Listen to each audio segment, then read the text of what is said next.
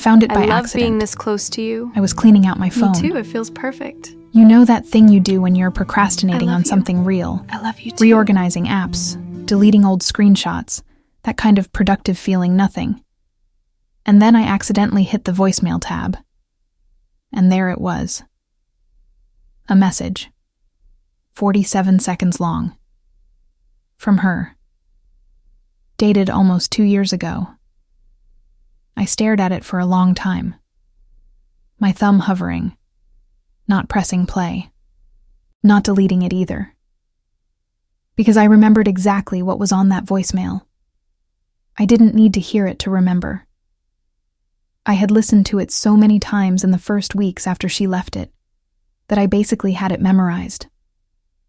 Her voice going, "Hey, it's me. I don't know why I'm calling. It's stupid. I just wanted to hear you laugh. You always laugh at my voicemails. Okay? Call me back, or don't. I'll see you tomorrow anyway. Bye." Okay, bye. And then that little exhale she always did at the end of phone calls, like she was releasing something. I never deleted it. 2 years, 7 apartments between us now. A whole version of my life that I rebuilt from scratch after she entered it, and quietly, completely dismantled every wall I thought was load-bearing. I sat there on my bathroom floor with my back against the tub, and I pressed play. "Hey, it's me." And just like that, 47 seconds and I was back. Back to before I knew what I was feeling. Back to before I had a name for any of it. Back to the year I spent telling myself that what I felt around Cassidy Monroe was just friendship, just closeness, just the particular warmth of knowing someone who knows you. Let me tell you what it actually was. If you want to hear uncensored too hot for YouTube stories, check out my Patreon in the description. Cassidy and I had been best friends for 6 years before any of this started. 6 years. Which means we had been to each other's worst birthdays and each other's best ones. We had driven through the night to meet each other at emergency rooms that turned out to be fine. We had held each other's hair back, moved each other's furniture, ugly cried on each other's couches. I knew exactly how she took her coffee. Oat milk, 1 sugar, and a 2nd sugar she added when she thought I wasn't watching. She knew I couldn't fall asleep unless the closet door was fully closed, which she thought was hilarious. And she always made sure to close it when she stayed over without me having to ask. That was Cassidy. She was the kind of person who remembered the small things. Not as a love language performance. Just as the natural way she moved through the world. Taking note of what mattered to the people she loved, and then making sure they had it without making it a big deal. A glass of water already on the nightstand. Your favorite song on a playlist she made for a road trip she planned around your schedule. She would never announce any of it. She'd just do it. And I had spent 6 years accepting all of that as the baseline of our friendship, without ever asking myself why it didn't feel like friendship. We had met in college. Sophomore year. In a journalism seminar that was so badly taught that by the 3rd week the whole class had basically formed a survivor alliance. Cassidy was the person who passed me a note that said, "Is this professor describing events that happened or just making sounds?" And I had to physically put my face in my sweater to stop from laughing out loud. After that, we were just us. We had this rhythm, this ease, the kind that makes people who know you both say, "Oh, you two are so alike." But we weren't really alike at all. She was decisive where I second-guessed everything. She was loud in rooms where I went quiet. She could charm anyone, enter any space, fill it with her warmth like opening a window. I was the one who stayed near the edges, who took longer to trust, who needed the world to earn me before I gave it anything real. With her, I didn't do that. With her, I was just immediate. I've thought about that a lot since. How fast I let her in. How none of my usual defenses came up. It felt like meeting someone I already knew, which sounds like something you'd say on a bad first date, but I don't know how else to describe it. Like finding a word for something you'd been trying to describe for years. After college, we ended up in the same city, partially by plan, mostly by the kind of stubborn gravitational pull we never discussed directly. She was in publishing. I was at a digital media outlet writing pieces that went viral twice a year for the wrong reasons. We lived 12 blocks apart for 3 years, then 8 blocks. Then we seriously considered getting an apartment together and then didn't, for reasons I told myself were financial, and that I understand now were something else entirely. Our lives were interwoven in the comfortable, invisible way that long friendships are. Her coworkers knew my name. My family asked about her at Thanksgiving. We had a shared playlist on Spotify titled Songs That Are Technically Objectively Good, that had 847 songs on it and had been running for 4 years. I was happy. Or I thought I was. I want to be honest about this part because it matters. I wasn't unhappy. I wasn't in some secret internal crisis. I had a job I liked, friends I loved, a life that looked from the outside the way I had planned it to look. And Cassidy was the best part of all of it. The person I called first with everything, the one I wanted to tell things to before I'd even finished having them. I thought that was just what a best friend was. I thought that was just what I was lucky to have. I didn't ask myself for a long time whether what I felt for her was actually something I had never let myself name. And then, the voicemail. Not the one I found on my phone 2 years later. A different one. The first one. No. Actually, it wasn't even the voicemail. It was the week before the voicemail.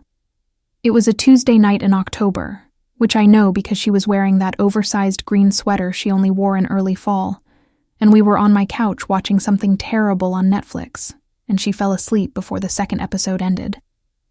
She did this sometimes. Just went under without warning, like the lights cutting out. 1 minute she was making commentary, the next she was just asleep, breathing slow, head tipped slightly to the side. I pulled the throw blanket off the back of the couch and put it over her. And then I sat there, in the dark, with the laptop closed, just watching her sleep. Not in a strange way. Not consciously in any way. Just sitting there in the comfortable silence of someone I loved being nearby. And then something shifted. I don't know how to explain it except to say it was physical before it was anything else. A warmth that wasn't about temperature, a fullness in my chest, a very quiet, very terrifying voice, somewhere under all my other thoughts saying, "Oh." Just that, just oh. I closed my laptop and went to the kitchen and stood at the sink for 10 minutes with my hands under cold water. I told myself it was nothing, that I was tired, that I had eaten too much and was feeling weird and sentimental in the way you sometimes do late at night. I made myself believe that, for a while. Here's the thing about realizing something you're not ready to realize. You don't realize it all at once. You realize it in pieces, and your brain, which is very smart and also your own worst enemy, will sand each piece down into something that looks like nothing until there are so many somethings that you genuinely cannot sand anymore. That's what the next few months were. After that Tuesday night, I started noticing things I hadn't noticed before. Or, that's not right either. I had always noticed them. I had just never let myself hold them up to the light. The way Cassidy's voice dropped when she was being sincere about something. Not hushed exactly, just lower, quieter, like she was only saying it to you, even in a room full of people. I had heard that voice 1,000 times. I started hearing it differently. The way she looked at me when I said something that surprised her. This particular tilt of her head. A slight pause in whatever she was doing. Like she was deciding whether to say what she was actually thinking or go with the safer version. She usually went with the safer version. I started noticing when she didn't. I noticed the way she touched me. Which sounds more loaded than I mean. But Cassidy was a physically affectionate person with people she trusted. She was always touching your arm when she talked, or knocking her shoulder into yours, or pulling you into hugs that lasted just a little longer than social expectation required. I had always accepted all of this without register. Now I was registering it. The way her hand sometimes stayed on my arm a second past the moment the touch had a reason. The way she would lean close to say something in a loud place, and the warmth of her breath near my ear made me forget what she was saying. I knew, rationally, that none of this was new. That she had always done all of these things. That I was reading into perfectly ordinary physical affection because I had spooked myself on a Tuesday night looking at my sleeping best friend. I told myself this very confidently every single day for about 3 months. Meanwhile, I started doing things I hadn't done before. Stupid things. Tiny, embarrassing things. I started paying attention to what I wore before she came over. Not in the way I would before a date, nothing that obvious. But I'd put on the thing that fit better. Brush my hair an extra time, catch myself checking the mirror as I heard her knock, and then feel embarrassed about it in real time. I started talking about her too much. My coworker Priya said to me, out of nowhere, over lunch, "You say Cassidy like 12 times a day. Has anyone told you that?" And I laughed and said, "She's my best friend. Of course, I talk about her a lot." And Priya looked at me with this expression that I did not examine closely at the time. I started being hyper-aware of when she would text me and when she didn't. I had never been like this. I was never the kind of person who checked her phone obsessively. But now, there was this background monitoring system running underneath everything else. Had she texted? Was she online? Why hadn't she texted yet? We had been talking every day for 6 years, and somehow the rhythm of it had become a pulse I was measuring. And then there was the birthday party. Her friend Danny threw her a birthday party in late November. Not a huge party. Maybe 20 people at her apartment in Brooklyn. I had been dreading it for 2 weeks, without being able to explain why, which I understand now but did not understand then. I got there early, because I always got there early to Cassidy's things, and she opened the door in this soft cream-colored sweater, and her hair pushed back a little, and she said, "You're the first one here, obviously," and pulled me into a hug. And I just stood there, in the hug, for probably half a second longer than I meant to. She pulled back and looked at me, not with suspicion, just with that attentive, perceptive look she had. "You okay?" "Tired," I said. She tilted her head. That head tilt. "You sure?" "Yeah, happy birthday." She smiled. And I went inside and poured myself a drink and spent the rest of the party sitting on her kitchen counter, having perfectly normal conversations with people I liked while tracking, without meaning to, exactly where in the apartment she was at every moment. Which is, that's not something you do with your best friend. That's something else. I know that now. I spent the rest of that night arguing with myself about it in the bathroom mirror between drinks. What I was arguing was, this is not what it looks like. What I was arguing against was, I know what it looks like. I drove home at midnight, and I lay in my bed in my closed closet door dark, and I thought about that hug. How she had smelled like something warm and familiar that I couldn't name. How I had not wanted to let go. How that was a sentence I was not prepared to think about the implications of. I thought about it until about 3 a.m. I thought, I am probably just lonely. People get confused when they're lonely. I thought, she is my best friend. I love her. Of course I feel close to her. That's what love is. I thought, I am not doing this. I am not doing this to myself or to her. We have 6 years. We have 847 songs. We have the whole architecture of a friendship that holds both of our lives up, and I am not going to sit here at 3 a.m. and decide that what I actually feel is something that could bring the whole thing down. I thought all of this, and then I thought about the hug again, and I thought, oh no. Here's the thing I didn't let myself fully face until much later.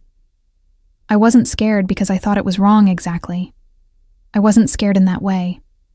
I was scared because it was real. because it was the most real thing I had felt in years, because it had the weight and the gravity of a truth that had been building for a very long time and had finally decided it was done, waiting for me to be ready. I wasn't ready, so I did what I do when I'm not ready. I went quiet. Not all at once. Not dramatically. Just a slow dimming. I started responding a little slower, suggesting we reschedule when she wanted to hang out, citing work, citing tiredness, citing the vague busyness of being a person. I told myself I just needed a little space to get my head straight. She noticed. Of course she noticed. Cassidy always noticed. She texted me on a Sunday. Did I do something? And I stared at that text for 15 minutes and then typed back, "No, I've just been in a weird headspace. Work stuff. I'm fine." She sent back, "Okay, but if it's not work stuff, you can tell me." And I looked at that message and felt something in my chest that I can only describe as the exact sensation of being seen from a distance and not knowing whether to run toward it or away from it. I typed, "I know. Thank you." I did not tell her. Not then. There is a particular kind of pain in carrying something alone that belongs to two people. That's what the next few months were. I had gotten good by then at the performance of normal, at showing up to things, at laughing at the right times, at being present in all the ways that looked like presence. I was in a play I had written and cast myself in, and I knew every line. The problem with Cassidy was that she could always tell when I was performing, not always right away, not always in words. But there was this quality of her attention. When she turned it fully on you, it was like being in sunlight. You could feel it on your face, and I had gotten used to it over 6 years. I had stopped noticing it the way you stop noticing comfortable warmth. But now it landed differently. Now, every time she really looked at me, I had to work to stay still. We had a night in January, February actually, I always mix those two up, where we were at her apartment. Just the two of us. We had been doing this the whole time we'd known each other, cooking dinner together at her place or mine, usually a recipe one of us had been meaning to try and hadn't. This particular night it was some pasta thing from a Bon Appetit video she had bookmarked 3 months ago. It was a good night. Easy in the way our nights used to always be easy. She was telling me about something that had happened at work. This whole situation with a manuscript that kept getting passed around the office because everyone wanted to acquire it and nobody wanted to make the first move. And I was sitting on her kitchen counter eating the Parmesan she kept putting out as a snack, and she kept batting my hand away from the bowl, and we were laughing. And then she said something. I don't even remember what. Something self-deprecating and quick, about her own indecisiveness. And she made this face. This small, rueful, honest face. And something happened to me. Something happened to me. I went completely quiet, and I looked at her standing at the stove in her old NYU sweatshirt, with her hair tucked behind one ear and the light from above the range catching the line of her cheek, and I thought, I am completely in love with this person. Not as a question. Not as a dawning realization mid-process. As a statement of full arrival. A fact that had been there a long time, waiting for me to stop looking away from it. I am completely in love with this person. She looked up from the pasta. Why did you go quiet? Nothing, I said. Just thinking. She searched my face. That quiet, watchful search she did. You're doing the thing, she said. What thing? The thing where you go somewhere I can't follow. And I felt that land somewhere in my chest, the accuracy of it, the gentleness of how she said it, and I did not know what to do with how much I wanted to close the 3 feet between us. I'm right here, I said. She turned back to the pasta. I know, but you're not, though. We ate dinner. We watched something. She fell asleep on the couch again. She was a serial couch napper. always had been. And I sat next to her in the dark with a feeling so big and so impossible that I genuinely could not identify where in my body it was living. It was everywhere. It was in my hands. I left before she woke up. Left a note that said, "Pasta was great. You're a genius. Talk tomorrow." Which I immediately read back and thought was either perfectly normal or the most emotionally cowardly thing I had ever written, and the answer was probably both. We talked tomorrow, and the day after, and the days after that. I got very good at being present in fragments, at giving her pieces of me that felt like the whole while protecting the one part I had no idea what to do with. But she was getting better at seeing through it. There was a Saturday in March. She had texted asking if I wanted to go to the botanical garden, which she knew was one of my favorite places. She used to tease me for it. Who goes to the botanical garden on purpose? You're like a 19th century lady with a parasol. But she had been there with me probably a dozen times, and she always admitted, quietly, that it was peaceful. We were walking in the early conservatory. Warm air, the smell of soil and green things. She was a half step ahead of me the way she always walked when she was comfortable somewhere, and she was talking, easy and unself-conscious, about a book she had just finished and why she was angry at the ending. And I was watching the back of her neck, the specific way the light came through the glass roof and hit the fine hairs there. And I was thinking, with a kind of desperate clarity, you cannot keep doing this. You cannot keep walking through your own life like a person with a bomb under their coat. She turned to look back at me, walking backward for a few steps the way she did sometimes. You're not listening. I am, I said. The ending betrayed the character's arc. She narrowed her eyes. That was suspiciously specific. I heard the important part. She laughed and turned back around. And I watched her laugh at the row of orchids she was passing, and I thought, I'm going to have to do something about this. I just don't know what yet. The thing about the not saying is that it doesn't stay contained. It starts leaking into everything. I would read texts from her twice, looking for things. I would play back things she had said, trying to understand tones. I would analyze the particular softness of how she said my name. Not my last name, not a nickname, just my name. And whether it meant anything, or whether I had simply crossed into a kind of longing so complete that I was manufacturing evidence. My friend Tara came to visit from Chicago in April. She had known me for years, known Cassidy by extension, but didn't know the full map of our friendship the way people in my daily life did. We were at a bar on a Friday when she said, out of nowhere, "So are you and Cassidy ever going to stop doing that thing you do?" I looked at her. What thing? The thing where you both act like you're just friends. I took a sip of my drink, very slowly. We are just friends. Tara looked at me with exactly the expression you give a person who has said something structurally false with complete conviction. She didn't push it. She let it sit there between us. I thought about that look for a week, because here's the thing.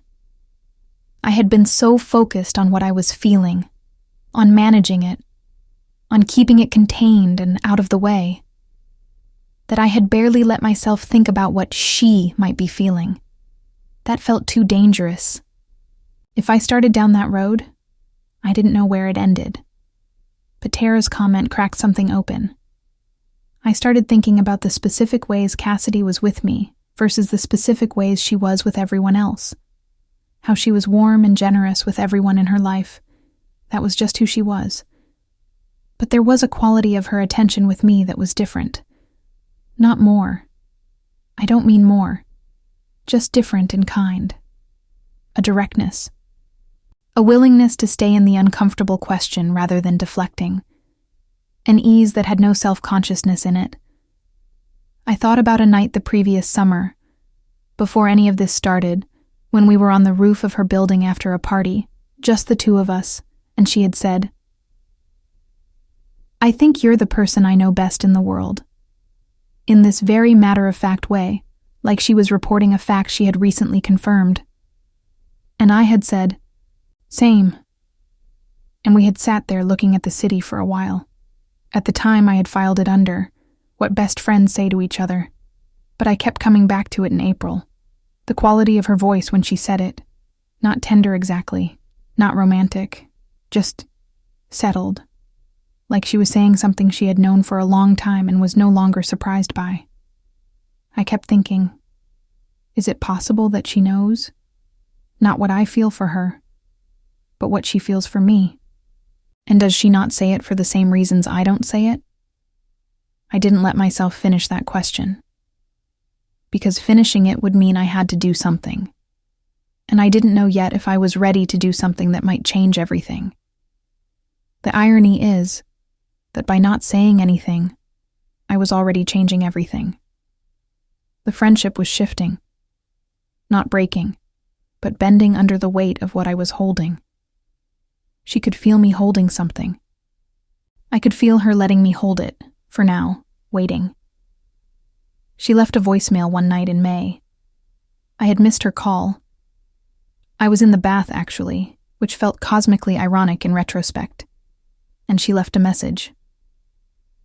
"Hey, it's me. I don't know why I'm calling. It's stupid.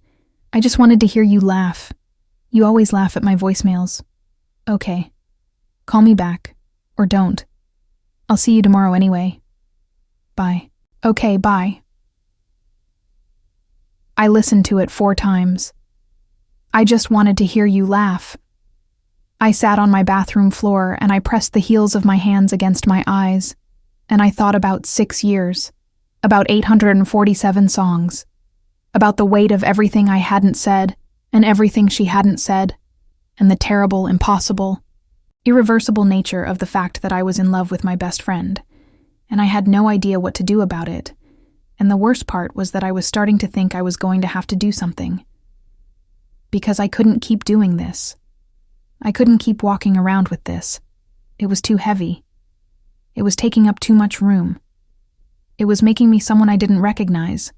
Someone who censored herself, rationed herself, performed a version of friendship that was real but incomplete. And Cassidy deserved better than my incomplete. She deserved the whole truth of me. The question was, could I give it to her without losing her? That was the question I fell asleep with every night for the rest of May. But before I tell you what happened next, if you've made it this far, I think you know this feeling. That particular ache of carrying something true that you can't say out loud yet. The way love sits in your chest like a held breath. Hit the like button right now. It takes 1 second and it means everything to me. And if you're not subscribed yet, subscribe and turn on the bell. That way you'll know the second a new story drops here on the channel. Now I want to know something from you. Have you ever been in love with someone you were terrified to tell? Someone where the risk felt so big that staying silent seemed safer, until it didn't?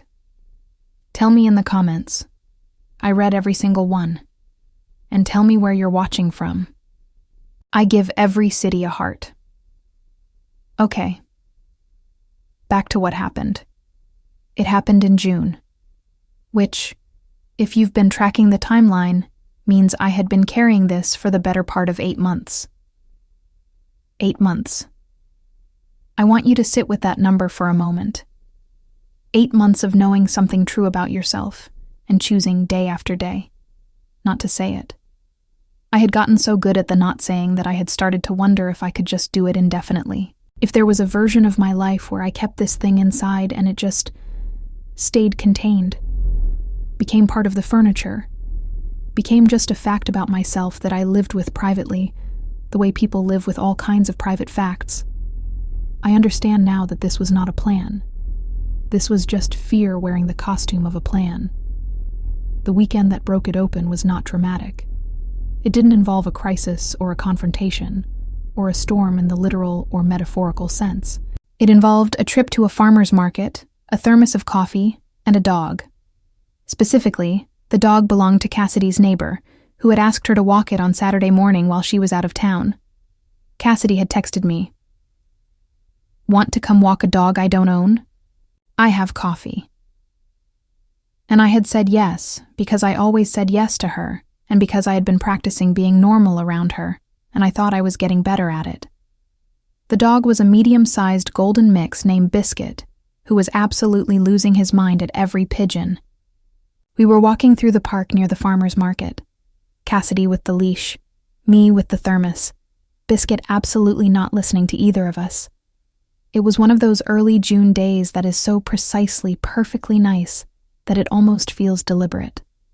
Warm but not hot. The trees full and green. The kind of morning where New York remembers that it can be beautiful when it wants to be. And we were just talking. Easy.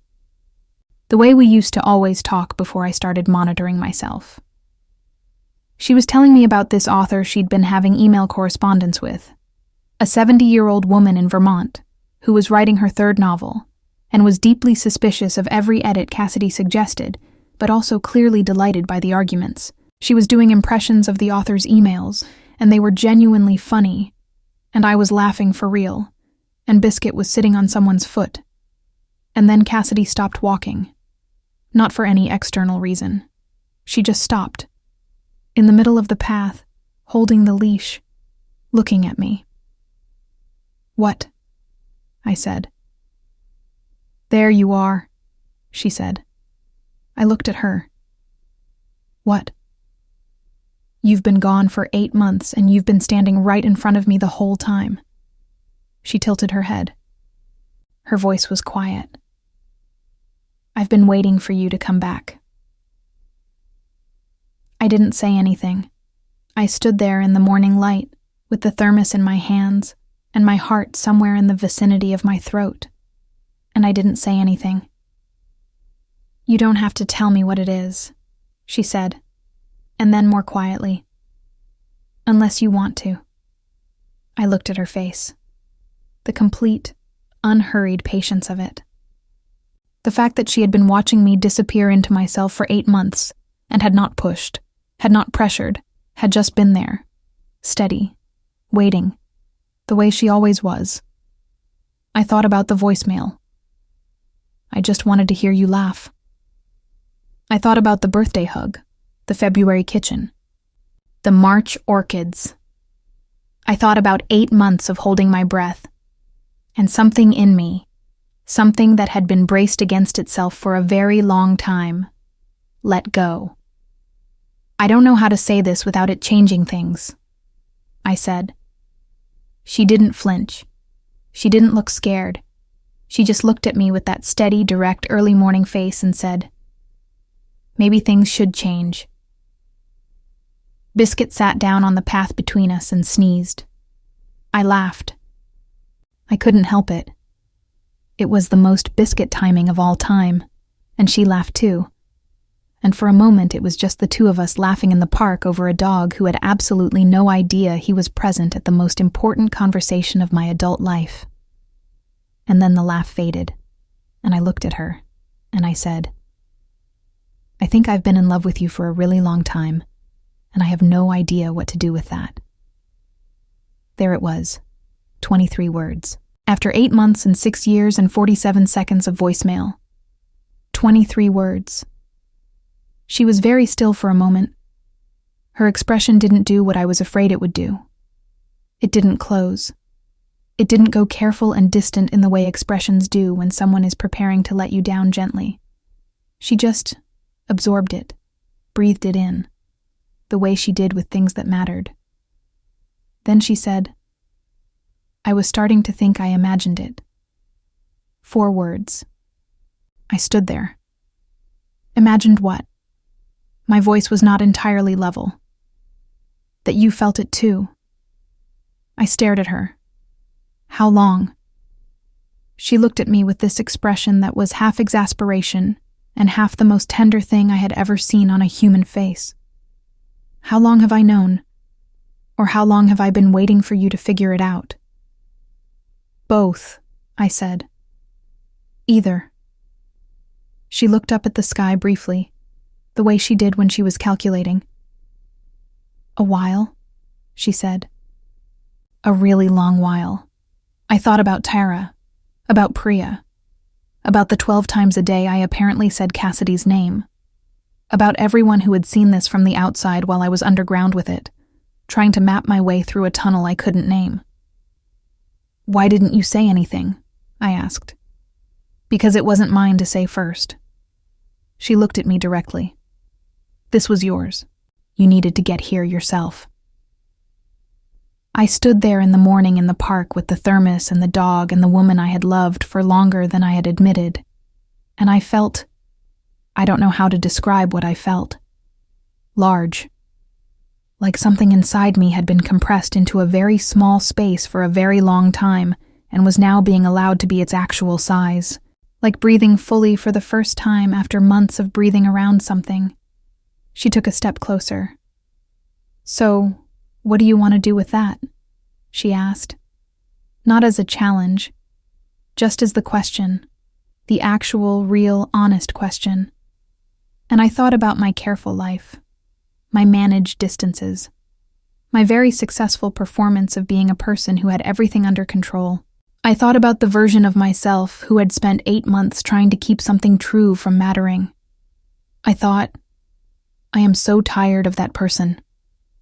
I want to stop pretending that I don't know what this is, I said. She was quiet, and then she nodded once. Small, definite. Okay. Biscuit tugged the leash. We kept walking. But the story doesn't end in the park, because this is the part where I have to tell you what my version of courage actually cost, and what it gave me back. We talked for hours that day. We walked through the farmer's market and back through the park, and we sat on a bench by the water, and we were honest with each other in a way that we had always been honest. But this was a different layer of honesty. The basement floor. The thing underneath the thing. She told me she had been afraid too. That knowing what she felt didn't make it easy to say. That she had thought about saying something a dozen times and stopped herself because she was afraid of what would happen if I wasn't in the same place. Because the friendship was real and mattered and was worth protecting, and she would rather have me in her life as what we were than lose me by reaching for something I wasn't ready to reach back for. I heard this, and I felt many things simultaneously. Gratitude, tenderness, a kind of ache for the 8 months we had both been holding this separately, and also a clear, sharp understanding that she had been doing the exact same thing I had been doing, that we had been circling the same truth from opposite sides. We're idiots, I said. She laughed. Genuinely, yes. But here's the part where courage had a cost. I had a friend, someone I had known for years, a good person, someone I genuinely cared about, who did not take this well.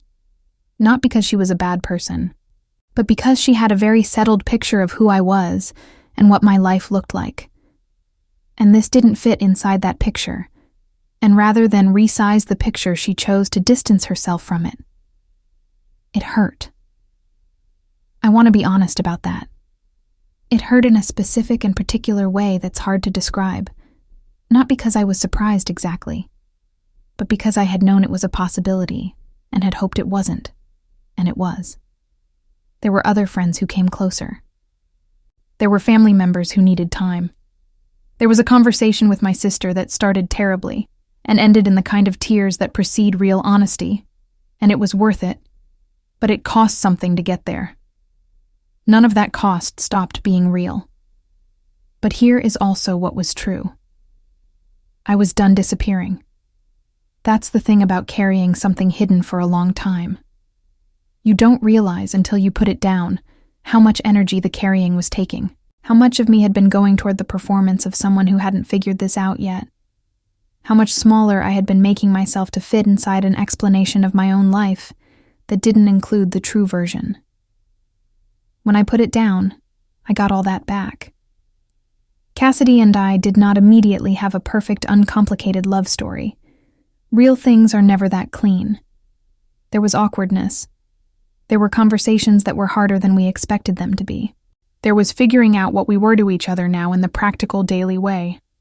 What changed, what stayed, how to hold both the 6-year history and the new thing that had grown out of it. But here is what I know about that figuring out. I did all of it as myself, the whole version.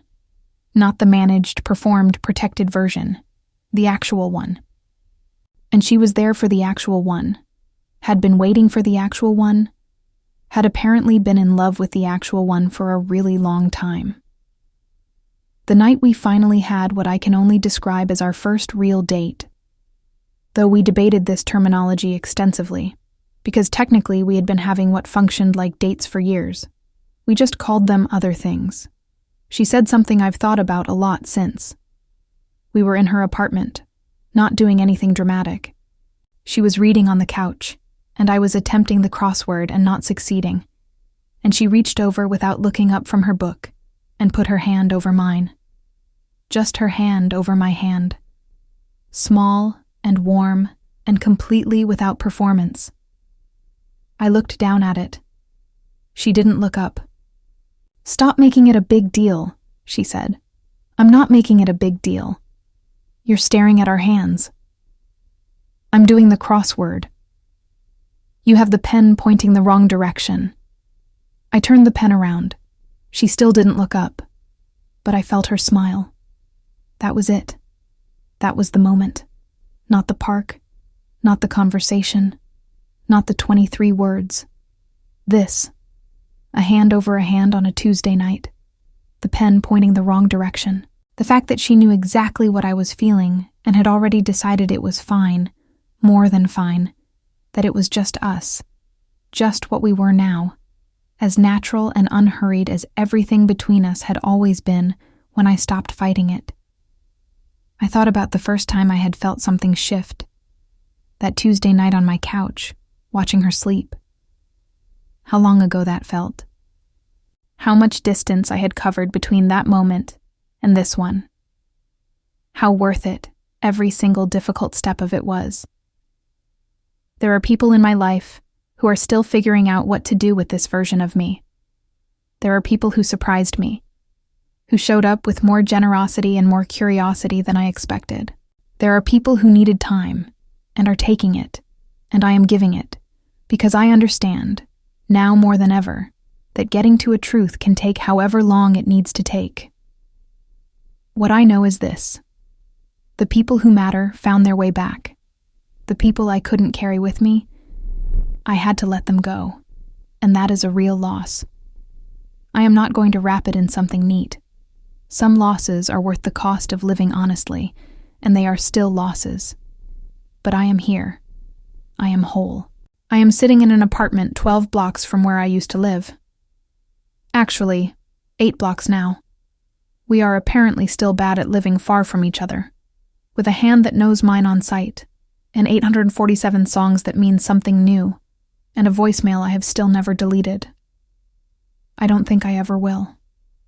I finally had what I had spent so long trying not to want. Not perfection. Not certainty. Not a life that didn't cost anything. Just me. The real version. And someone who had been waiting for that version long before I had the courage to show up as her. The greatest act of bravery I ever performed wasn't the 23 words in the park. It was the decision, made quietly, in 100 ordinary moments, to stop pretending that the truth of who I was didn't have a right to take up space. If this story touched something in you, write "in Terrace" in the comments. That's how I'll know you made it all the way here with me. And if you want more stories that go this deep, the kind that live in you for a while after, click the video that's appearing on your screen right now. Big love to every single one of you. And I'll see you in the next story. If you want to hear uncensored, too hot for YouTube stories, check out my Patreon in the description.